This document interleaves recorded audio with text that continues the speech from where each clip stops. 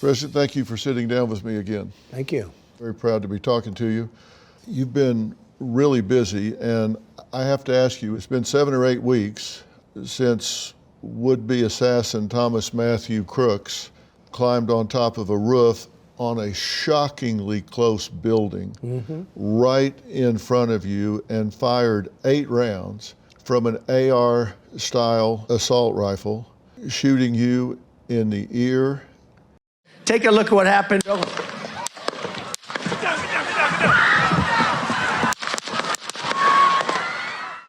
Experts said, frankly, you shouldn't be here right now. Experts said a kill shot was almost a certainty.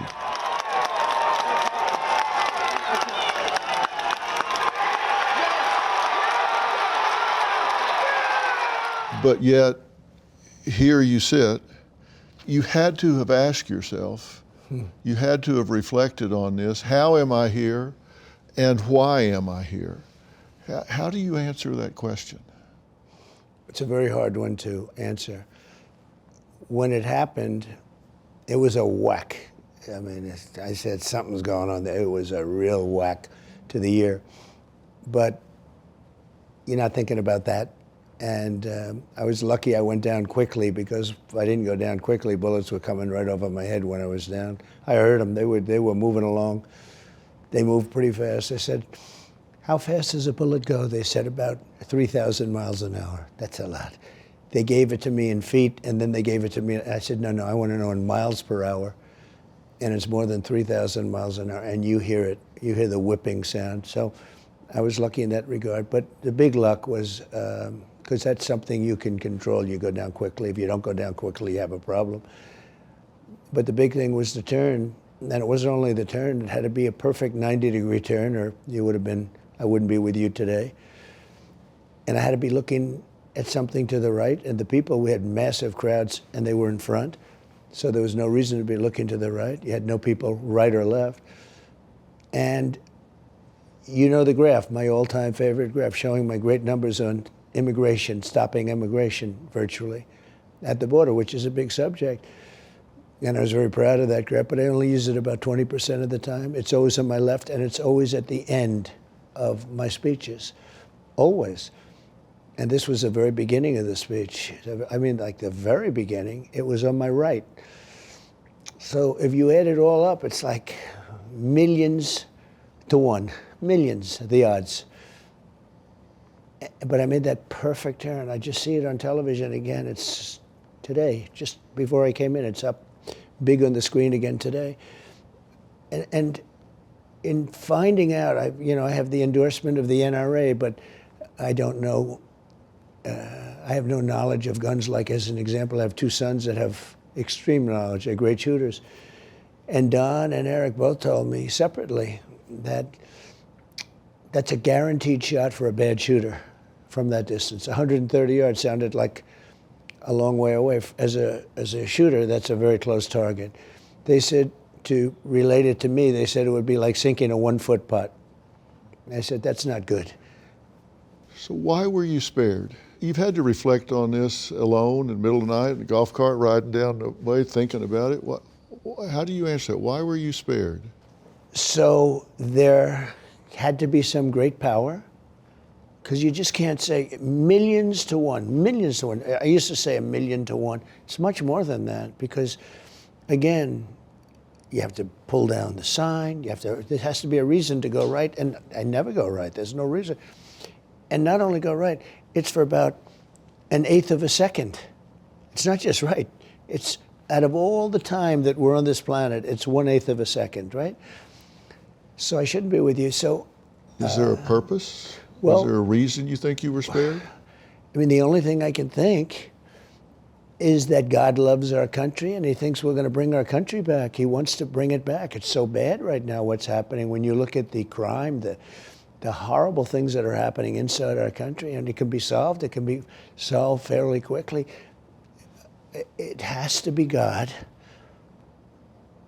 I mean, how can you say it's luck when it's, 20 million to 1, okay? I mean, it's just not possible that I was in that position. It's the only position where that bullet could have missed. And you believe in God? I do. You believe God's hand was in this that day? I believe so, yeah, I do. And you talk about the country. You believe you have more to do. You weren't done. You were spared for a reason. Well, God believes that, I guess. We'll have to see. Number one, I'm in an election with a very vicious group of people. I won the election against Biden. I was up by 17 or 18 points after the debate. And they said, you know what, he's going to lose. They went and told him he's going to lose and we're going to change you out. And he said, no, I'm not going to do it. In fact, he said, only God will change me. But so who knows what happened there. But he said, I'm not leaving. You know, he got 14 million votes and Kamala got none, 0. She ran against him. She got 0. She never made it to Iowa, which is the first state. And here she is. She's on the other side. But, you know, it's like nobody ever had this before. You have an opponent. In politics, you have an opponent, and you win or you lose. But you don't have an opponent, and then you're doing well against the opponent. They take him out. They give you a new opponent. They give you a nice, fresh opponent. And so I have to win that. And if I win that, that would really serve to say that there's some incredible power up there that wanted me to be involved in saving, and maybe it's more than saving the nation, maybe it's saving the world. You know, I get along with all those tough guys. And Russia wouldn't have gone into Ukraine. You'd have 1 million people living right now. You'd have cities all over Ukraine. I mean, these magnificent cities with the domes and the golden domes and towers, they'd all be up. They're right now demolished. So many, those cities, the country is just demolished. Israel wouldn't have happened. October 7th would have never happened. Iran was broke with me. And I don't want them to be broke, but I don't want them to have a nuclear weapon. So you think you're meant to take those challenges on? You're meant to serve in that way? I don't know. I mean, I don't know. In thinking about it, it's beyond any of us, I guess, to really know that. But I can say that for that bullet to have gone along this path right here, and for that bullet to have gone along that path and hit the top of my ear, as opposed to any other place, would have been no good. And it traveled that path for a long way, you know, relatively speaking. That path was traveled for a long way. It killed a man. It killed a man behind you. It did. It killed a man, and Corey Comparatore, that's and right. It critically injured 2 others. Who thought they weren't going to make it. You know, the doctors said they will not make it, and they did. The doctors were incredible. You've been very attentive and involved with those families, and I understand a lot of support and help for those families has taken place. Well, we gave a friend of mine who's a pretty rich guy, was very moved by what happened, and he said, do you mind if I give Corey, he called him Corey, everyone calls him Corey now, firefighter, great firefighter, fire chief of a small town. Volunteer, right? Volunteer, no substantial money, obviously. You know, they live comfortably, they love each other, they have a great family, beautiful family actually, but not money. And I said, good, what do you want to give? He said $1 million. He wrote out a check right in front of me for $1 million, and we presented it to the wife. That's more money than they have ever even thought about. But on top of that, we raised close to $6 million in GoFundMe, and that's going to be split up. We're doing it now, obviously with Corey's family getting more. The other 2 made it, and they're going to be in good shape. I can't stress how good those doctors were. It was going to be 3 dead, and it turned out to be 1, but they were hit hard. Well, it was and terrible. they just made it. They were very close also. And so they're going to be getting probably close to $1.5 million each. How'd you feel about the Secret Service and the job they did? Well, look, they were very brave, because when those bullets were coming at me, and you saw it, I was down, because I went down quickly, fortunately. Otherwise, because the bullets were going right over my head. So that was another thing. But see, I don't talk about that as that was a question of going down. The other was a question of you had to be in an exact perfect position, and it's almost impossible to have achieved that position.